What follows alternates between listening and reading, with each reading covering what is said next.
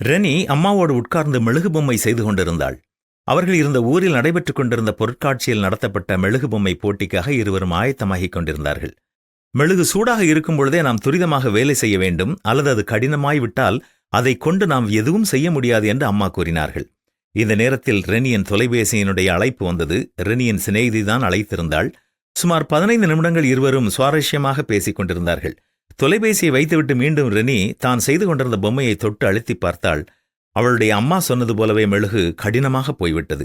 மேலும் அதை கொண்டு அவளால் எதுவும் செய்ய முடியவில்லை. அப்பொழுது அம்மா ரெனியை பார்த்து, மெழுகு இளஞ்சூடாக இருக்கும்போதே அதை சரியானபடி அழுத்தினால்தான் நாம் நினைத்தபடி அதை நல்ல உருவமாக்கலாம். அதுபோலதான் இளவயதிலேயே இயேசுவை நீயும் நம்பினால்தான் அவர் தரும் பாவ மன்னிப்பையும் சந்தோஷத்தையும் பெற்றுக்கொள்ள முடியும். நீ பெரியவளான பின்பு கடவுள் மேல் நம்பிக்கை வைப்பது உனக்கே கஷ்டம்தான் என்று அம்மா சொன்னார்கள்.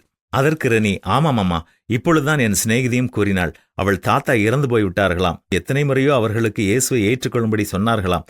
கடைசி வரை அவர்கள் ஏற்றுக்கொண்டது போல் தெரியவில்லை என்று அவள் கூறினாள் என்று இவள் சொன்னாள்.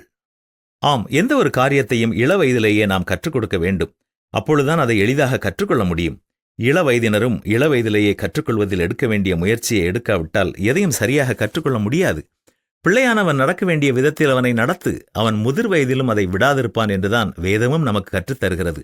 இளவயதிலேயே நாம் கற்றுக்கொள்வோமா?